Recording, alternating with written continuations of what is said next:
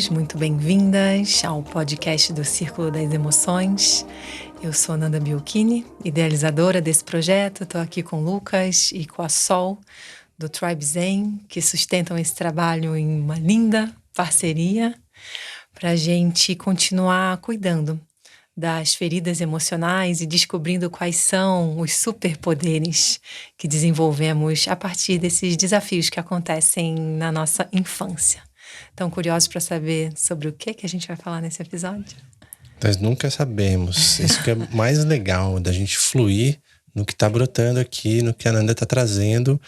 E eu estou entusiasmado para ter esse panorama geral de todas essas características para colocar isso à disposição.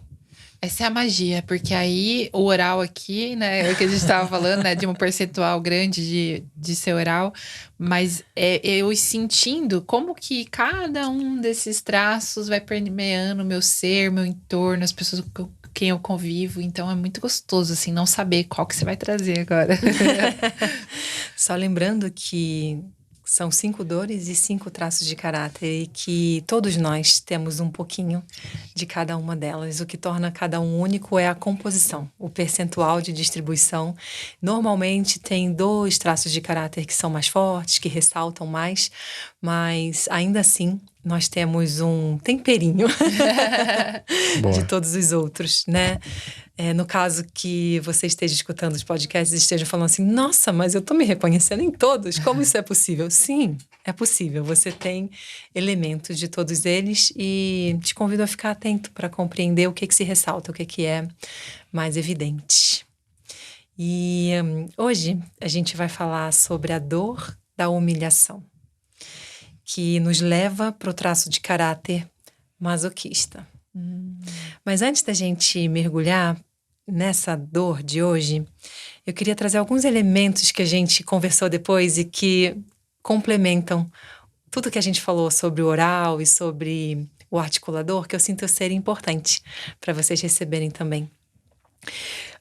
Um dos desafios das pessoas que têm o traço oral, que a gente não falou no episódio, mas que estamos trazendo agora, é que há uma tendência a desenvolver compulsividade. Vícios, adicções e especialmente pela comida. Então lembrem que todo o excesso esconde o quê? Uma falta, que é a grande dor do oral, esse vazio existencial. Então levem mais essa chave, né? Que é a compulsividade pela comida, comendo as emoções, tentando preencher esse vazio emocional com alimentos, com álcool, com sexo, com excesso de trabalho.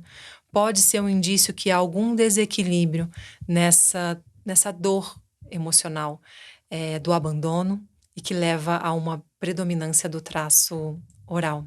Nossa, a frase nunca fez tanto sentido pra mim. Agora ilustrou bem, agora eu senti. Todo excesso esconde uma falta. Maravilhoso. Muito. Né? E um outro elemento que eu queria trazer sobre o episódio passado, do articulador, que podem ter 3 formas diferentes dele colocar essa articulação em ação. E uma delas é pelo medo, em que ele vai entrar numa posição mais de poder, mais autoritária, né, para convencer, para inspirar o outro a fazer aquilo que ele quer. O outro movimento pode ser pela sedução, no sentido de você vai alcançar o que você quer, né, e te seduzir por aquilo que tem valor para você, e assim ele vai te convencendo, te inspirando para agir de determinada maneira que está a serviço daquilo que torna o ambiente mais seguro e mais agradável para ele. E o terceiro caminho é a culpa. É a culpa. Então, trazer algum movimento de barganha que, se a pessoa não adere à ação que ele gostaria, a pessoa vai se sentir muito culpada. Então, ela acaba dizendo sim para não ter que lidar com a dor da culpa. Então, percebam, como a gente falou, que quando mal utilizado, é um superpoder bem perigoso, que o Lucas vinha falando aqui, que pode trazer, né, muitas questões e que a sociedade valoriza isso. Exato. Né? Então eu trago o convite para todas as pessoas que se percebem com esse superpoder, de que a gente possa colocar, de fato, ele a serviço da paz e do bem maior. Porque, ao mesmo tempo, quando a gente consegue ser uma liderança inspiracional, todos ganham com isso, né? Quando essa virtude está colocada a serviço de algo que beneficia o coletivo e não só a si mesmo. Que sonha o sonho de todos, que sonha o sonho coletivo, né? Isso. Maravilhoso. Nossa, muito bom. Não temam os articuladores. Eu adoro. Tem um lado muito luminoso, né? Sim. De uma capacidade estratégica que faz muita diferença. Em projetos, em grandes movimentos, e especialmente quando a gente está falando desse grande movimento de despertar da consciência e de transformação planetária que a gente está vivendo no momento atual. São características essenciais, e eu tenho pensado muito sobre isso, Lucas, inclusive. Como que a gente vai levar conteúdos do podcast, as experiências, os retiros, as vivências, para tocar as pessoas que estão em posição de liderança. E que tem esse poder de articulação e um poder de decisão e um poder financeiro, inclusive, de movimentar recursos de uma forma mais, como é que eu vou dizer, direta, né? Para que essa transformação planetária possa acontecer. Total. Eu acredito que passa por aí, sabe? É inclusivo, né? Nada fica de fora. Espiritualidade e autoconhecimento também é estrutura, estratégia, né? Sim. É maravilhoso. E um olhar de uma liderança desperta, de uma liderança consciente, de uma liderança que está conectada com essa visão espiritual. E aí eu vou ser usada, né? Na política, na educação, nas grandes empresas, na saúde. Essencial. Enfim, essencial. Maravilhoso, gente. Aproveito para deixar o convite também para você que está sentindo que esse ano de 2024 é o momento de você mergulhar mais profundo no autoconhecimento, de aprofundar a tua conexão espiritual, a tua jornada de despertar da consciência e de integrar essa consciência desperta na prática. Eu estou abrindo 5 vagas de acompanhamento terapêutico para quem sentir que pode se beneficiar do meu trabalho ao longo desse ano, que quiser o meu acompanhamento e a minha mentoria ao longo desse ano. Clica no link da bio, deixa seu nome na lista da primeira sessão gratuita, que eu vou entrar em contato com você para a gente marcar esse primeiro papo, para entender o teu momento e eu te apresentar o trabalho. Vai ser uma grande honra, uma grande alegria poder contribuir com o teu caminho de despertar da consciência e integração de tudo isso no dia a dia, né? Na prática. Maravilhoso. Bora lá? Vamos. Cuidar da dor da humilhação e desse traço de caráter masoquista. Acho importante dizer que tanto o articulador quanto o masoquista, a gente está falando de traços que guardam as memórias emocionais da humilhação, da vergonha e da raiva. Tá? Então está intimamente relacionado a essas 3 emoções. E por que eu falo logo da emoção da vergonha e da humilhação? Porque, como a gente já viu no episódio da vergonha, na sua compreensão mais profunda, a vergonha está dizendo o seguinte: eu sou um erro. Eu sou um erro. Não é eu fiz um erro ou eu cometi um erro que gera uma energia de remediar ou de compensar, mas sim, eu sou um erro.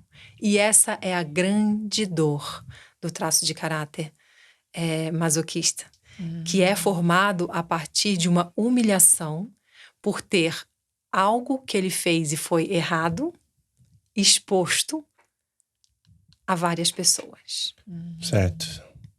Faz sentido? Faz sentido. Então ele tem a dor de ter o seu erro exposto, de ser considerado ruim, e várias pessoas testemunhando isso. E um grande medo de ser humilhado novamente. Então ele se fecha, ele retém. Ele faz um esforço enorme e uma força para conter e segurar a sua energia.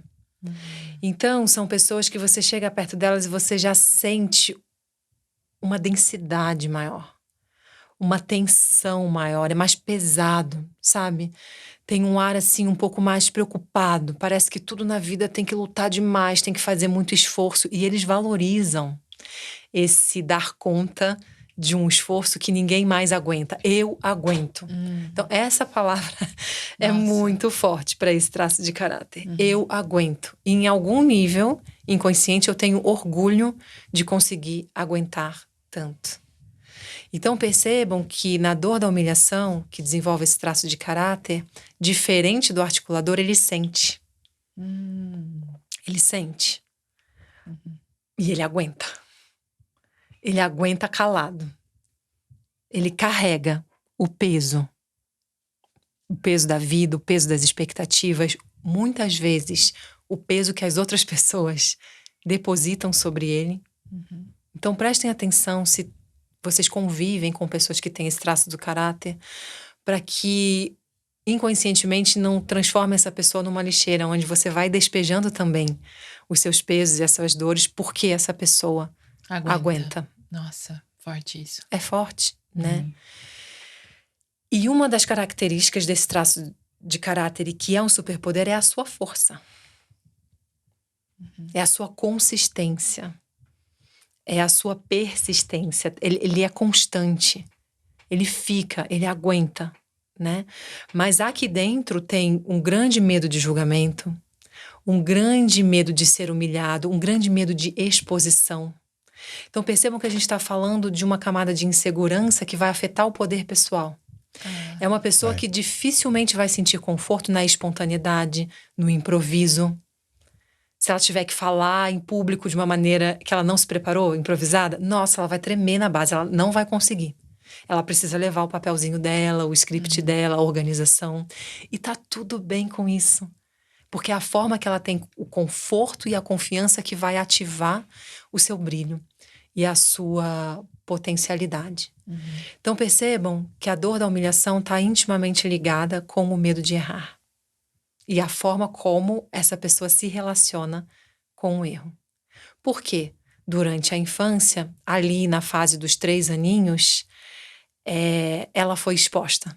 E ela se sentiu humilhada. Não que as pessoas ao seu redor tivessem a intenção de humilhá-la, mas ela se sentiu dessa forma. Por quê? Com 3 aninhos de idade, se completa o processo de individuação. Essa criança já fala, já anda, já consegue se comunicar, se expressar, pedir o que ela quer. Então percebem que vem uma expectativa a mais sobre essa criança, do que ela deveria fazer, de como que ela deveria se comportar. Sim. Mas, ao mesmo tempo, o recurso dela ainda é limitado. Nesse momento, a mielinização está chegando na base da coluna lombar, que vai irradiar para as pernas e para os pés. Então, percebem que é o primeiro traço de caráter que vai ter essa força de execução que a gente vinha falando. É o primeiro traço de caráter que tem força na perna, que tem pernas firmes. E a gente pode até pensar nas raízes, né? Na terra, que trazem essa força de concretização, de execução, de realização, que vai dar vida aos projetos, aos sonhos, né? Das pessoas. Então, é um baita super poder. Só que aos 3 aninhos de idade, ainda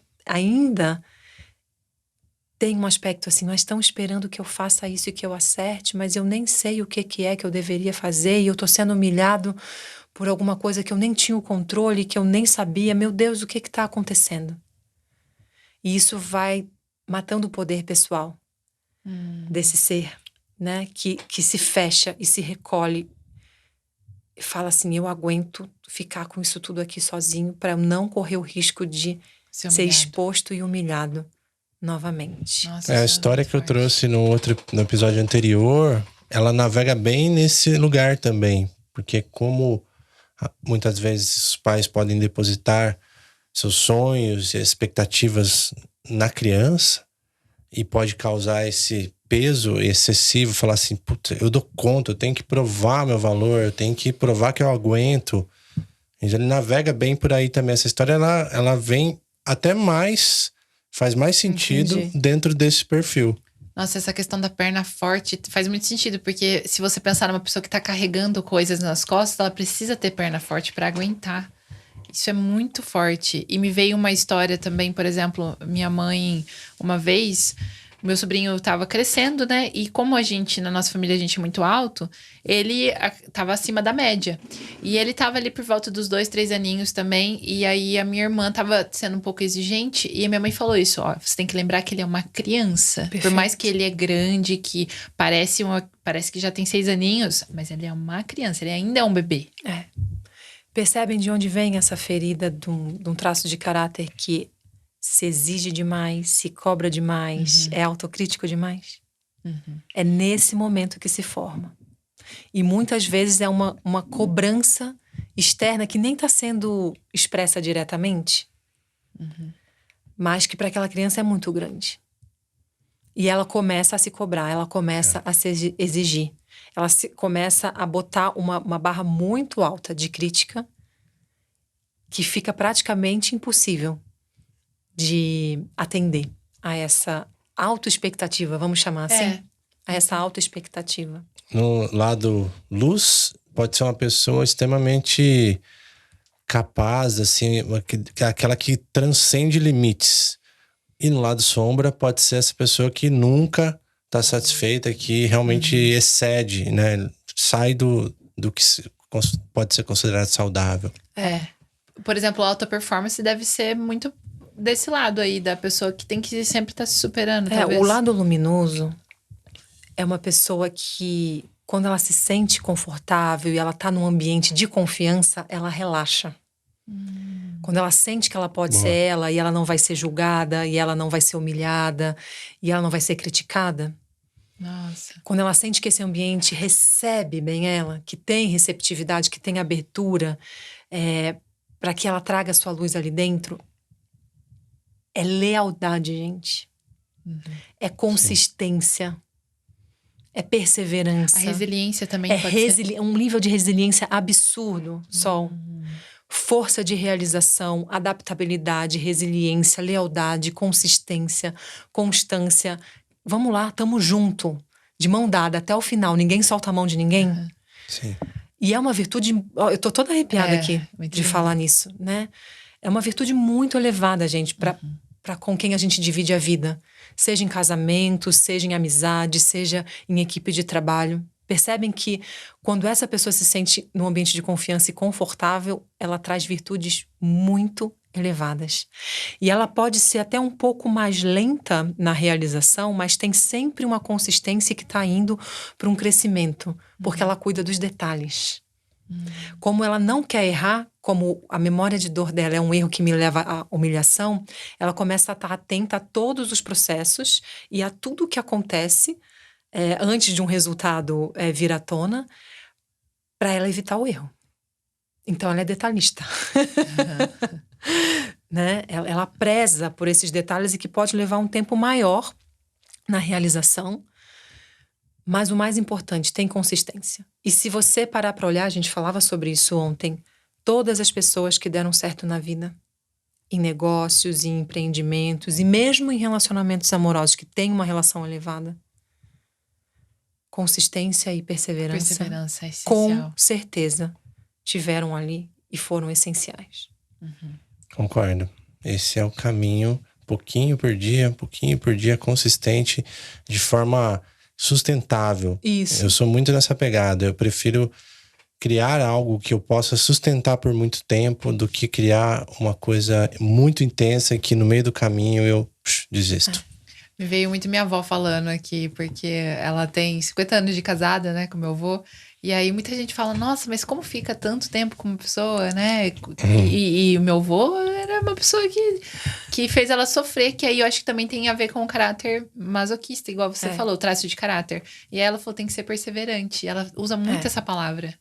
Muito legal. E aí é uma linha tênue para quem está se reconhecendo nesse traço de caráter. Porque o que pode acontecer e que é uma autopunição, uma autoviolência, né? Eu aguento, eu carrego. E quando vai ver, essa pessoa tá com uma panela de pressão. Tá como uma panela de pressão. Você olha para ela e você sente esse peso que ela tá prestes a explodir. E aí vem a emoção da raiva, Lucas. Porque quando ela acumula, e chega um ponto que precisa sair, precisa abrir espaço para ela poder respirar e existir. E aí ela explode tudo de uma vez só. Exatamente. Vai buscar as questões lá de 5 anos atrás do casamento, que parecia que já estava resolvido. Ela explode e bota tudo para fora. De uma única vez, numa explosão de raiva. Então percebam que ou ela explode essa raiva, ou ela está implodindo essa raiva quando ela se mantém no movimento de conter, conter, conter. E a vida vai ficando pressionada, tensa. Por isso que é uma pessoa que traz um pouco dessa sensação mais densa, né? E como perceber quando tá guardando muito? Porque às vezes acontece e aí você pensa, deixa pra lá, talvez seja uma coisa boba. Mas você tá guardando. Como que a gente percebe? Autoconhecimento, desenvolvimento da qualidade da mente através de mindfulness, porque vai te ajudar a reconhecer a emoção que está presente, a aprender a nomear qual é a emoção que está presente. Perfeito. A poder sentir se você está indo além do seu limite ou não. E a partir daí poder escolher qual que é a bagagem que entra nesse caminhãozinho. E eu vou dar uma dica forte. Fala. Somatização. Total. Somatização. O corpo revela, responde. Revela. Sim. E aí vem essa chave. Eu tenho essa força de carregar, eu carrego o peso, eu faço acontecer. Mas eu também tenho o poder de decidir e escolher o que eu quero carregar. Qual é o pezinho que vai entrar aqui? No meu caminhãozinho, no meu trator, na minha força de trator que vai arando essa terra. Relações sistêmicas resolvem muito isso, constelações, né? Esse trabalho sistêmico, porque imagina uma criança que teve que cuidar do irmão, que os pais não estão presentes. Um filho que tem que se colocar no lugar da mãe ou do pai, né? Para acolher a mãe. Então isso tudo traz esse peso. De um adultecimento antes da hora, que traz um peso de responsabilidade que não dá o espaço para essa criança que é só uma criança brincar. A gente falou muito sobre isso nos episódios da temporada anterior, né? Então, se você não ouviu, aproveita e vai lá e recapitula esse ensinamento que é muito precioso. E aí, o que acontece com essa dor da humilhação? Eu vou trazer um exemplo que é bem real. Aos 3 aninhos de idade, o que está acontecendo de mais importante na vida dessa criança? É a fase do desfraude. Ela está tirando a fralda. A mielinização, ela está ganhando controle e sensações na base da coluna. Sim. Ela está começando a ganhar o controle e sensação sobre os esfíncteres, sobre o controle de poder segurar e conter xixi e cocô e fazer no piniquinho, no vaso, para tirar essa fralda. E por que eu gosto de trazer esse fato que acontece na vida de todos nós? Porque muitas vezes é o gatilho primordial da memória de dor da humilhação e do traço masoquista. Porque muitas vezes papai e mamãe fazem o desfraude antes da hora. Nossa. Olha o nível de exigência que está sendo colocado sobre essa criança para não fazer literalmente merda. Nossa. Olha o nível de exigência para não errar. E olha o nível de humilhação, gente. Todos nós sentimos isso quando crianças e muitos até em adulto, quando falam do nosso cocô. É desafiador falar de cocô. Sim. É verdade. Dá uma vergonha. E aí vem aquela briga. Nossa, mas você fez cocô na calça de novo. Eu não acredito que isso aconteceu. E não só você e a sua mãe, mas seu pai, seus primos, seus tios. Todos envolvidos ali na cena. E tem a nudez envolvida ainda também, que é feio, que não sei o quê. Exatamente, Lucas. Então, qual que é o momento certo que essa criança está pronta para o desfraude? Quando ela está conseguindo subir a escada sem precisar segurar corrimão, sem precisar se apoiar. Quer dizer que ela já está ganhando um controle que ela vai conseguir atravessar essa fase sem tantas memórias emocionais. Então é importante a gente falar nisso porque muitos de nós passamos por essa dor, por essa vergonha, por essa humilhação nesse momento da vida, né? E isso vai trazendo, gente, no corpo, você falou o somatizar, né? O formato do corpo de quem tem o traço masoquista, ele é quadrado. Quadrado. Então, vai ter um rosto mais quadrado. Vocês percebem que eu tenho um pouco, tenho bastante. Aqui o meu maxilar é bem quadrado. E muitas vezes vai vindo uma tensão aqui, ó, acumulada. E que algumas pessoas têm até um altinho. nessa região. Isso aqui é bem o tracinho masoca que me habita, que traz a minha força de realização, né? De execução. E aí, o tronco dele também é mais quadradão, maior, mais pesado. As pernas bem quadradas, assim, não, quase que não há diferenciação entre coxa e canela. Sim, panturrilha. Entre coxa e panturrilha, é quase que reto por completo, tá? E aí tem um formato no corpo que é muito característico desse traço de caráter masoquista, que tá no bumbum. Porque o que acontece? É esse pensamento, eu preciso segurar. Eu preciso segurar a energia, eu preciso segurar o cocô. Eu tenho que controlar e não deixar isso sair. Então é um bumbum que tá para dentro e para baixo, fazendo uma força de retenção. Quase que um bumbum negativo, sabe? Então é bem clássico, você vê aquele bumbum para dentro e um tronco bem largo, bem grande, bem retangular. É um corpo bem clássico de quem tem predominância desse traço de caráter masoquista, porque ele está se contendo. Nossa. É muito comum essa sensação. Você está de um lado do masoquista, você tem a sensação que ele está se contendo. Me veio agora até uma questão que eu queria te perguntar, porque é possível modular o corpo conforme eu vou apaziguando, eu vou tendo um entendimento, vou me moldando, Sim. talvez? Os dois caminhos. Conforme você começa o trabalho de autoconhecimento e a lapidar a sua mente, a transformar o seu sistema de crenças, a se libertar dessas memórias emocionais, a soltar essas cristalizações no corpo, inclusive, porque não é só um trabalho na mente. A abordagem haitiana com a qual eu trabalho, com a qual eu atendo, nós vamos trazer movimentos corporais para a pessoa poder entrar novamente naquele momento que foi cristalizada a memória, liberar a memória e ressignificar a partir da perspectiva madura e adulta. O inconsciente está muito no corpo. Está no corpo. Então, conforme isso vai acontecendo, os efeitos no formato do seu corpo vão mudando. Vai abrindo o seu peito, o tônus da sua pele vai mudando. O traço masoquista tem uma pele dura, tem uma rigidez. O oral tem uma pele suave, leve, bem de criança. O masoquista tem uma pele dura. Por exemplo, os olhos, o traço oral normalmente tem miopia. Eu tive. Porque tem um desafio dessa conexão com o olho da mãe. Uau. Então eu paro de enxergar, né? E muitos casos de você começa a fazer o tratamento terapêutico, o acompanhamento terapêutico, e o grau da miopia vai reduzindo. Uau. Eu perguntei porque eu já vi pessoas falando isso, que depois de processos terapêuticos assim muito intensos e eficazes, teve uma mudança no corpo. Isso, e aí vai Muito abrindo, legal. por exemplo, essa coisa do fechamento, do se proteger, vai abrindo o peito. E o mesmo acontece ao contrário. Se você começa a se dedicar a uma prática de yoga, por exemplo, e o seu corpo começa a abrir, ou você começa a ganhar mais força na sua perna e a tonificar, a sua mente vai modulando de acordo com esse corpo que está se restabelecendo. Exato. Que legal. E eu diria mais, tem muita coisa que muda a nível de DNA De também. DNA. A epigenética já vem nos trazer essa comprovação científica. Exato. Inclusive com as práticas terapêuticas, as práticas de meditação, o próprio yoga, que vai mudando a memória do seu DNA, né? É muito lindo. Tudo isso. Muito lindo tudo isso. Então, esse traço de caráter, ele vai ter um peso, né? Então, se você olha para os olhos dele, ele é meio caído assim, ó, mas é um peso, é um cansaço, sabe? O olhar do esquizoide é um fundo para dentro.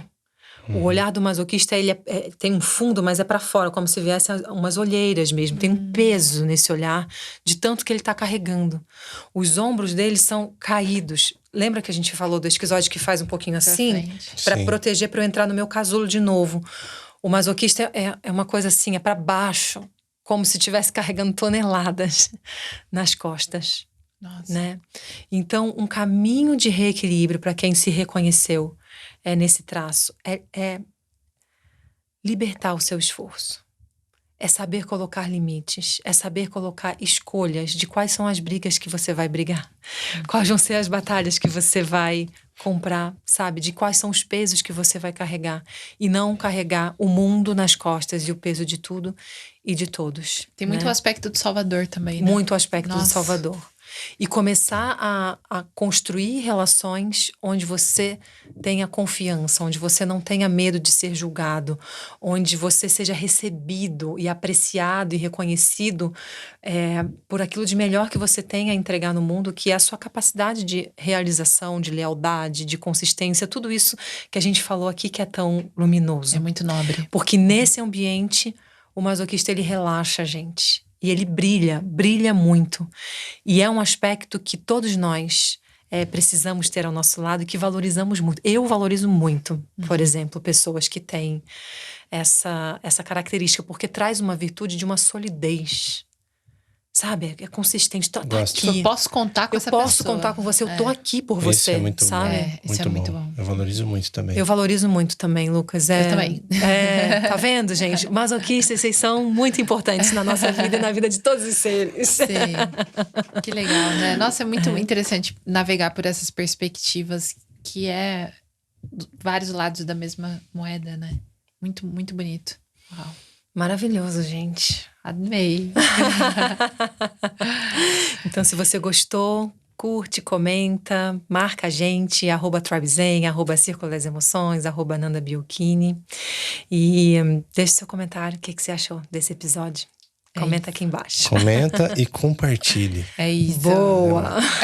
Gratidão, pessoal. Gratidão. Até mais.